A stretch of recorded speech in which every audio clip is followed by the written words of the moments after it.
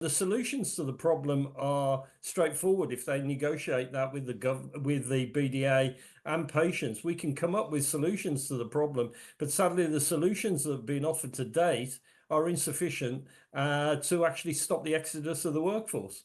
So Keir Starmer says that he's leading a mission-driven government, and every day this week we've been looking at each of the 5 missions he says will transform the United Kingdom and the way it's governed. Today, it's number 5, to build an NHS fit for the future. Sounds good. I think pretty much everyone would like to see that, but what does it mean in practice? First, let's speak to Times Radio's political correspondent, Alicia Fitzgerald, who's been looking at all the missions for us. Now, this health mission, we've got the headline, Build a Better NHS, but what does that actually mean to Labour and Keir Starmer? Absolutely. I feel like at every single general election, the NHS is always a pretty substantial feature in every manifesto, and it has been since it was established in 1945 by a Labour government. But it feels that this time round there is a bit more pressure than there has been before. We've had a COVID pandemic, we're seeing mass strikes, and just generally people can't seem to get the treatment and appointments that they need. So there's a bit of an unprecedented amount of pressure on the government to really succeed in this pledge. He's broken it down into kind of 5 key things. The first thing is cutting those NHS wait times. They want to have 40,000 more appointments every week. And the way that they plan to do this is by incentivising existing NHS staff to work over hours with a bit of a pay incentive and overtime there. And they also want to end the strikes by making a fair deal with the unions to try and make sure that those appointments are possible. They want to double the amount of cancer scanners, and this is part of their big prevention rather than cure approach. They want to catch these deadly diseases earlier than they have been so far to try and stop so many people needing treatment later down the line. And another focus that we've heard a lot about from the Labour government is on dentistry. A whole new dentistry rescue plan is what they're calling it. So that would include recruiting and working out how to retain these NHS dentists who have so far been leaving the practice to maybe go private. And also, again, it's that focus on prevention. We know that they will introduce a toothbrushing scheme for 3 to 5-year-olds, targeting particularly the most deprived areas in the UK to try and reduce the amount of dental treatments that children need earlier on in life. Another key focus. Carry on. There's two more things. Key focus is on mental health. They want to recruit 8,500 more mental health staff, which is obviously going to be quite significant and something that they said the Conservatives very much neglected. And then the final thing is the return of the family doctor and trying to take some of the existing NHS funds away from the top of the NHS and more down into primary care itself. Now, how much of this is aspiration and how much of it is actually on the stocks to happen? It's really interesting because the reviews from experts on Labour's pledges have been really mixed when it comes to the NHS. Lots of them say that actually, if they do the right thing, if they have the funding, then lots of this will be possible. But it is a very ambitious plan nonetheless. And if we look at the Conservative manifesto in 2019, which they won on, I mean, only 6 of their key NHS goals were actually achieved. 6 of them were not met, and then there were about a handful more that kind of were slightly inconclusive or were partially met. So every time there are always really big promises from governments about the NHS, and very rarely do we see the majority of them actually succeed. But it does seem as though Keir Starmer and Wes Streeting are really prioritising the NHS this time round just because of how severe the situation is. I think a question that lots of people have is about where the money is going to come from. I think they are saying that lots of this will come from closing that non-dom tax loophole, but there is a worry that actually over the space of 5 years, the total amount of money that all of these plans would require will actually exceed the amount that closing that loophole would create. Alicia, thank you very much.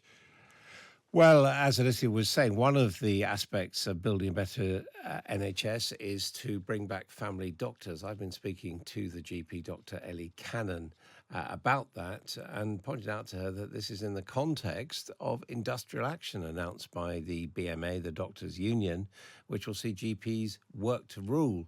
And I asked her whether she supported that. Yes, absolutely. This isn't strike action. It's taking certain measures. So the rest of the NHS and the Department of Health, NHS England, and other aspects of NHS, so particularly hospitals, sort of understand what is really happening in general practice. The idea is not to punish patients. The idea is that we actually work safely for our patients, and we stick to safe guidelines, the safe number of people that we can see in a day, for example, which most of us are currently outdoing by at least 100%. But it will mean fewer people won't get seen. So in that sense, in Hippocratic terms, you will be doing harm to them. Well, we won't be, because all cancer referrals will be going ahead as before, all urgent referrals will be going ahead as before. GPs like myself who have been working in the same practice for 16 years know how to work safely to look after our patients. We're talking about not doing things like commission services, like advice services. We're actually going to be opting into referring patients to urgent care and opting into referring patients to hospitals even more than before. So if anything, patients are going to be actually seen more in those places, because at the moment we're told to sort of hold back and pull back on those referrals and those investigations to protect other aspects of the NHS at the detriment of ourselves, and actually we're going to stop doing that. Do you think that it will help the NHS, though, to have this action? I don't know. It's hard to say. And obviously, we're in hugely changing times because we've got a brand new government. The first GP practice that Wes Streeting came to was mine, where he announced, which I was very proud of, how important it is to have family doctors. We are in a time of change. We've had a lot of issues which my practice highlighted to Wes when he came to see us, that GPs themselves, newly qualified GPs, cannot get jobs within GP services because we're forced to use that money on other types of healthcare professional, and we want to be able to spend that money on GPs. Now, he has changed that in the last few days. We're going to be allowed to spend that money now on GPs. So things are changing, things are helpful, but we do have to push for these changes for the benefit of our patients and to prevent all of this burnout and staff loss that we're seeing in general practice. But it does involve the government and the taxpayer having to come up with more money for the NHS, including for salaries, doesn't it? Well, that's absolutely right, it does. But there's lots of aspects of the country and the NHS that currently general practice is propping up that we are not paid to do. I'll give you an example. I had an email 2 weeks ago from the DWP who had upset one of my patients. They emailed me and they said, this patient was very, very distressed when we spoke to them. Please, could you get in contact with her and make sure she is okay? We are propping up all of these other areas. We're propping up social care. People are waiting. I have some patients who are waiting 15 months for appointments in neurology departments in London hospitals. So while they are waiting, GPs are looking after those patients. There are complex trauma services in London that have 3-year waiting lists currently. And while they are waiting, my patients, they have to come in to see a GP instead. So primary care needs to be funded and resourced properly because we're currently propping up so many other areas of the service. Now, as you say, you had a visit from Wes Streeting, the health secretary. Labour is talking about bringing back family doctors. What do you understand as a family doctor being? Well, I mean, he said that in the reception area of my GP surgery after hearing that my partners had worked in my GP surgery for over 20 years. And what that means is that our patients have continuity of care. It means that we know the community incredibly well. Our patients know us, we know them. That makes things a lot better. Actually, if you look at scientific data, if you have a doctor that knows you, you will have better health outcomes. It makes the service very efficient. It makes triaging very easy. It means we offer the correct services appropriate to our local area. So that's what I think the family doctor means, that continuity of care where you're able to see the same doctor if you want to, where the doctors know your family, know your community, and you know them. How do you bring that about, though? Because as you've already been saying, you're overloaded with people looking for appointments. There's a rush to try and get a booking. That booking may be a month ahead. And I have to say, the experience, practical experience of everyone I've come into contact is, they have no idea who the GP they're going to see when they finally get an appointment is. How do you change that? Yeah, and I think that's very sad, and that's very different from how we all grew up. And as I've said, we know that isn't very good for healthcare. You hold on to that, you hold on to that like we have done in the practice I work in London, by making sure that GPs are able to work how they want to work, as in they're not overloaded, you have enough staff, enough resources, you have good technological backup, good admin backup. We have nurses in our practice. Some practices don't even have nurses. We have the support of nurses, we have the support of healthcare assistants, we have the support of good admin staff. All that needs to be resourced properly. In some buildings, GP practice buildings in the UK, there aren't even enough rooms for all the GPs to be working there. So you have to have safe and healthy working practices for GPs so they will stay. One of the problems in the last few years in general practice has been hemorrhaging of GPs for early retirement, because the GPs won't stay because of sort of the workplace environment and the burnout. And not only that, doctors have not been going into general practice in the first place. So if we actually make general practice an attractive place for doctors to work, where because it's properly resourced, because you're looked after, then you can get the satisfaction that I have from working in the same practice for 16 years, then we'll be able to bring back the family doctor. That was Dr. Ellie Cannon. Well, that's the GPs. What about the hospitals? This week, the Chancellor, Rachel Reeves, announced a new hospital programme put in place by the previous Conservative government is being put under review. Since coming into office, it has become clear that the previous government continued to maintain its commitment to 40 hospitals without anywhere close to the funding required to deliver them. That gave our constituents false hope.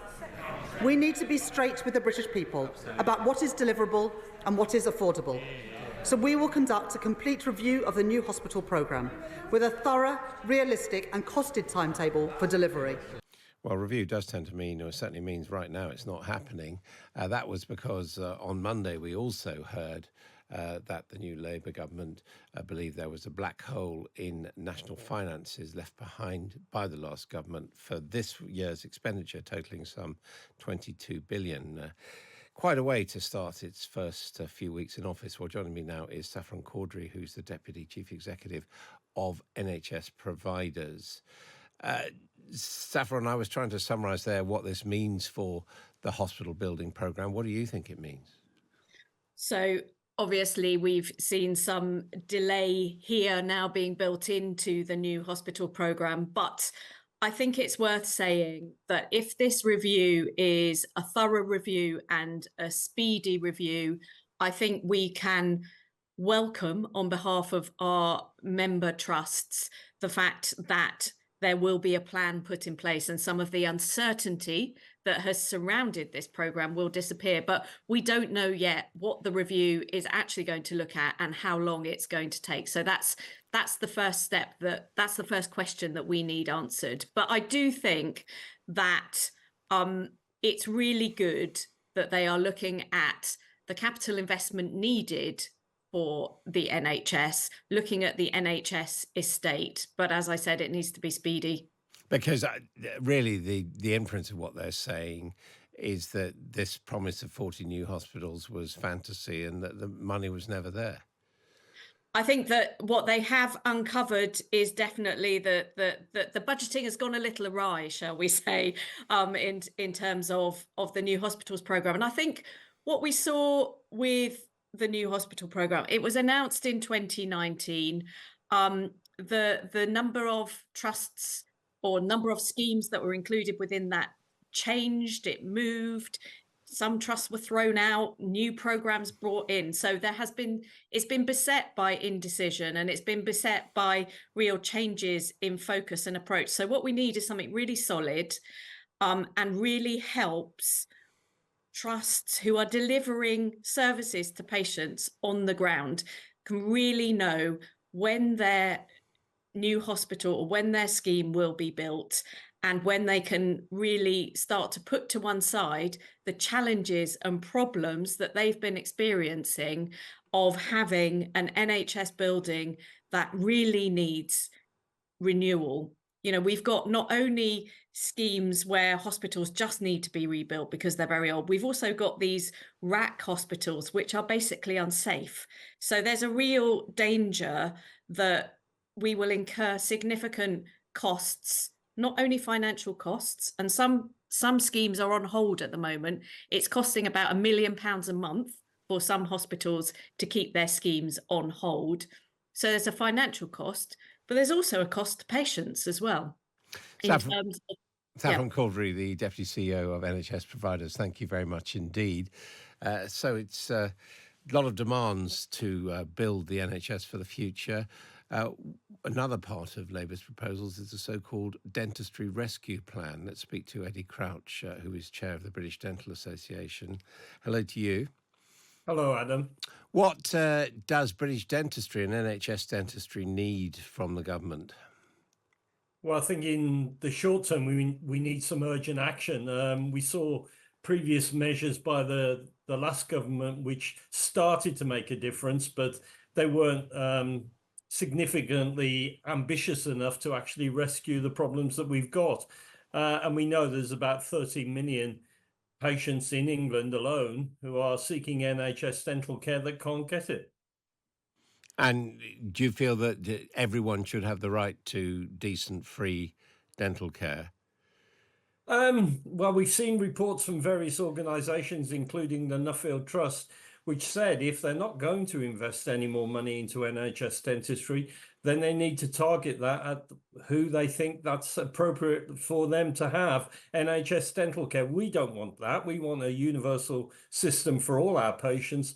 But sadly, at the moment, it's one area of the NHS that's seen a net reduction in the budget in the last 10 years in real terms. And result of lack of dental care is putting a big burden on other parts of the NHS, isn't it, including A&E?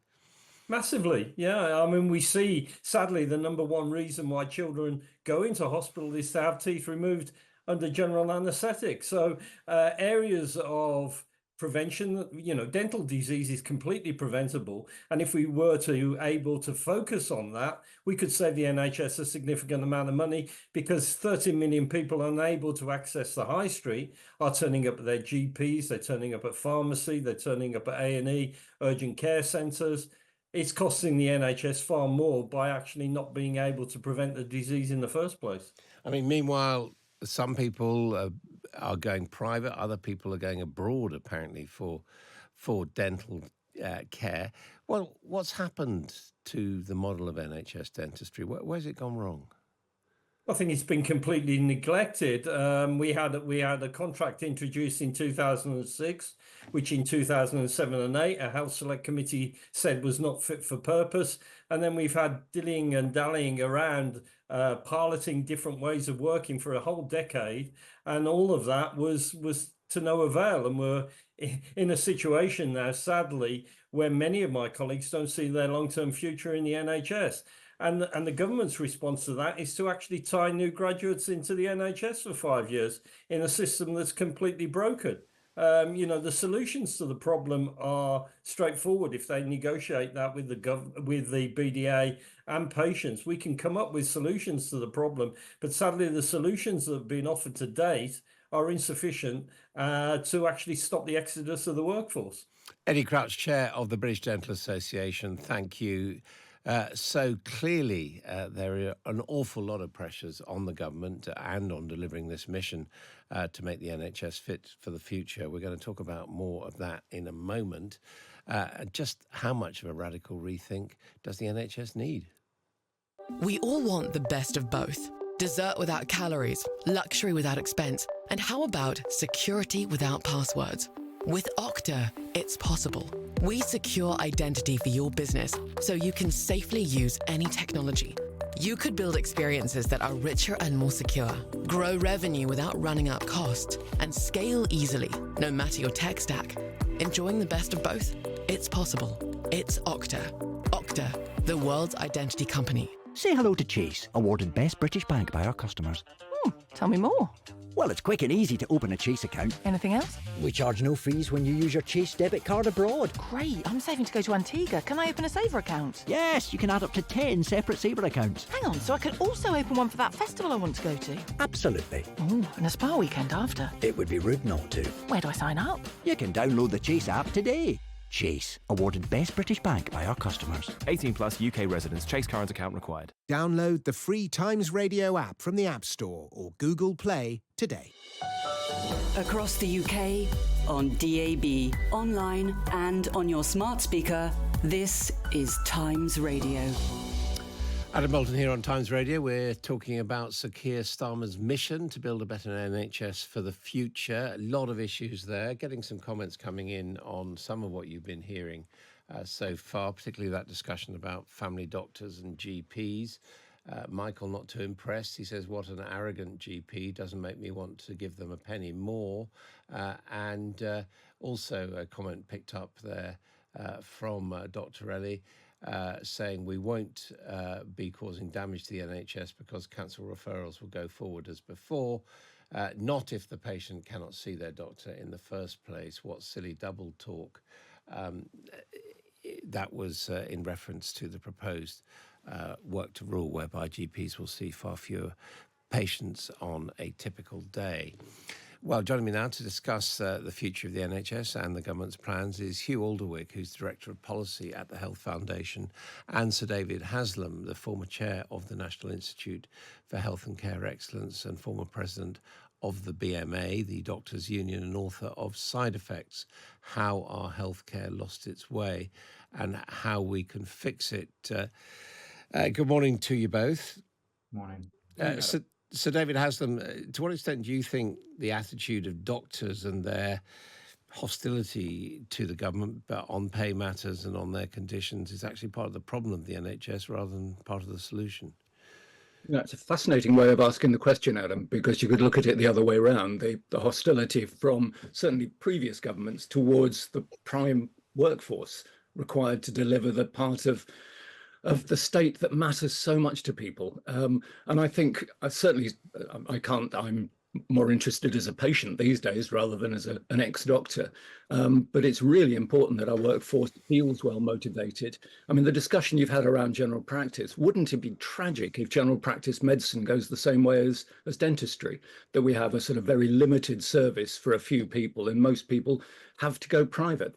Well, perhaps not. I mean, perhaps there are other ways of thinking about it rather than talking about family doctors. Perhaps what we need is integrated health service hubs and doctors not in practices as contractors, but as employees of the NHS.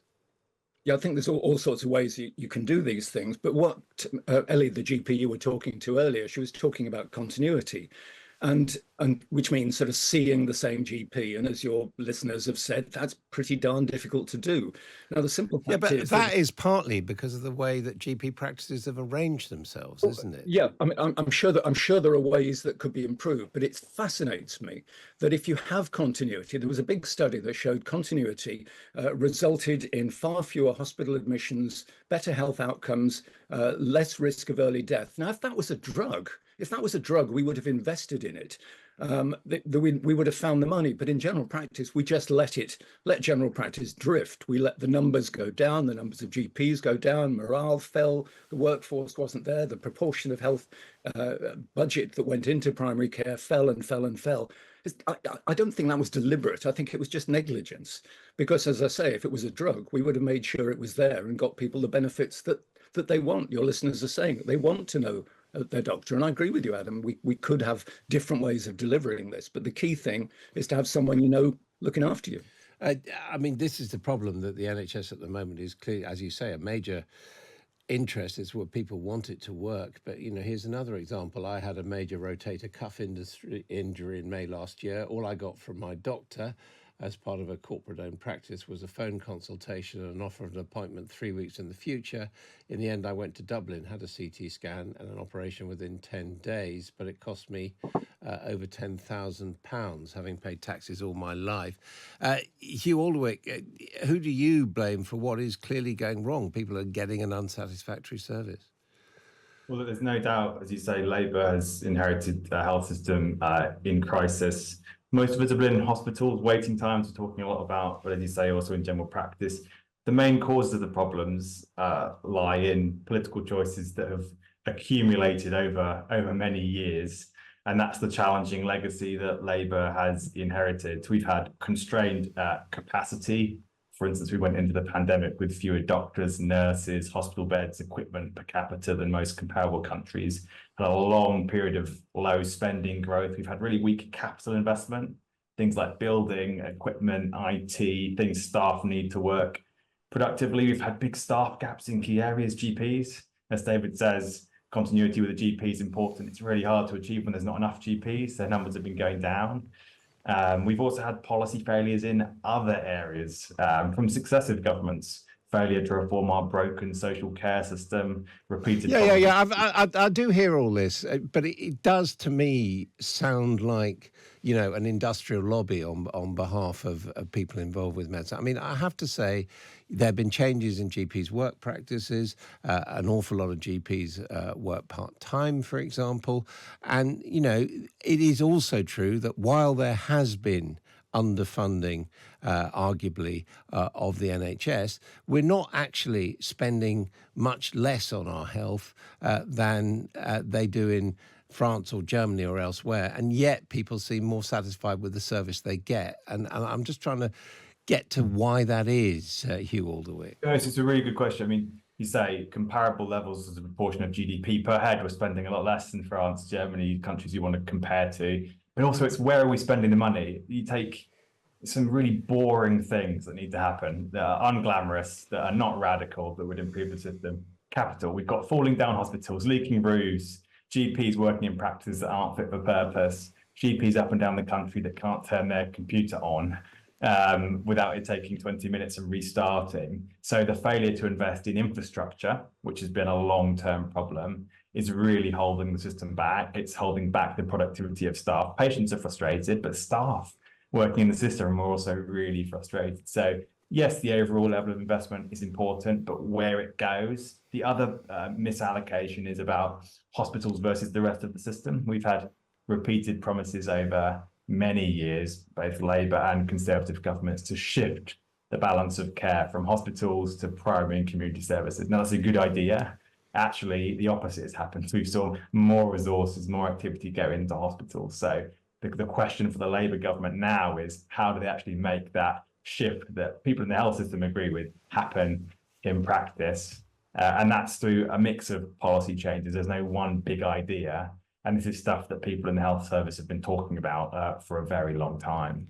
So David Haslam, do you get the impression that the new government does have the right plans to build a better NHS for the future? Well, I'm enormously encouraged by what certainly I think yesterday Wes Streeting wrote a letter in which he focused on a lot of the things Hugh's just said, and particularly the importance of getting this balance between secondary care, between the hospital sector and primary care right. Because the global evidence is that if you want to improve health outcomes and reduce health inequalities, you put your money into primary care. And what we've done as a nation for the last 25, 30 years is the exact opposite, which has puzzled me big time. I never quite know, but can work out what governments think they're trying to achieve. And so what we're hearing from Wes Streeting sounds to me a coherent, logical way forward. All he has to do now is deliver, which of course is another matter altogether, but he's saying the right words.